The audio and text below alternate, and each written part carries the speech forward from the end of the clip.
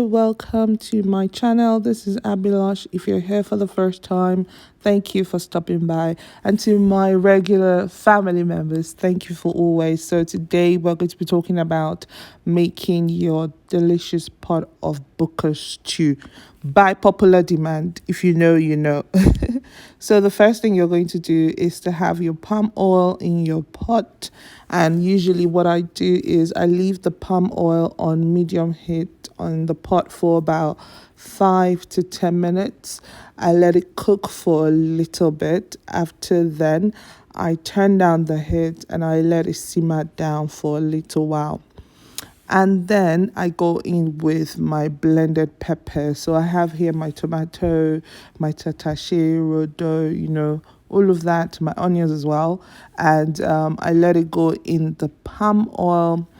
And at this point, you have to mix it together to make sure that the palm oil and the pepper is well saturated. And of course, keep mixing until you're satisfied with the consistency and the texture that you get. Now, I do not add any water to my Buka stew. So at this point, you're just going to leave the pepper and the palm oil to cook a bit, and then you can decide to go in with your seasoning as I am doing now. So I add my seasoning cubes, just a little bit of it. I add my salt, again, just a little bit of it, and then I begin the cooking process. You mix your spices, your seasoning, whatever it is, and you let it get saturated and you leave to boil. So usually I boil for about 10-15 minutes, and then I go in with my cow skin, which is popularly called pomo. And the reason why is because pomo is usually tough or tougher than other parts of meat you want to cook with. So I go with my pomo and I let it cook from the onset with the pepper, so that by the time I go in with other pieces of meat, the pomo would have been softer. So here's what I do. I leave it to cook, and this is me checking back after a few minutes. And then now I'm ready to go in with my goat meat. Yes, I mean, what is Buka stew without goat meat, right? So I add my goat meat into the pot and I mix it thoroughly so that the goat meat is well saturated in the pepper. It gets really into the mix, and that way it can absorb all the flavor. You mix and you mix and you can never stop mixing, I guess.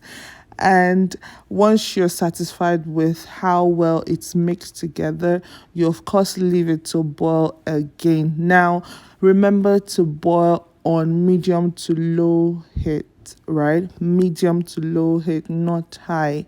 And then you leave it to cook. As you can see, look at all of the bubbles that you're getting. This is after about 10 to 15 minutes of cook time. Now, what you really want to look out for is the consistency of the pepper mix. How thick is it for you, or how light is it for you? Is it very thick? Is it very light? If it's too thick, you might want to dilute it with some water or with some of the stock from cooking the goat meat. In my case, I'm not one to cook with beef stock or goat meat stock. I would rather just ordinary water. But as I said earlier, in this case, I didn't add water to this Buka stew. That's just kind of like how I like my Buka stew, undiluted really. In most cases, if the pepper mix is too thick for you, I'll advise that you dilute. But I kind of sort of know the percentage of pepper to use, so I don't bother to dilute. And I wasn't satisfied with the consistency of the stew at the time, so I left it to cook. And this is me checking back again to see how tender the goat meat is, how tender the pomo is. Now, one thing about your Buka stew is you don't want to have any tough meat in it, right? You have to make sure that you allow it to cook. Now, you're already adding cooked goat meat and pomo, right? But it might not have been soft enough for your preference. So the whole idea is to let it cook really well in the stew so that you can get the softest texture ever. I mean, what is Buka stew if the meat isn't shredding in your mouth, right? So at this point, I taste for salt, I taste for seasoning, I make sure it's well flavored or as flavored as I'd like.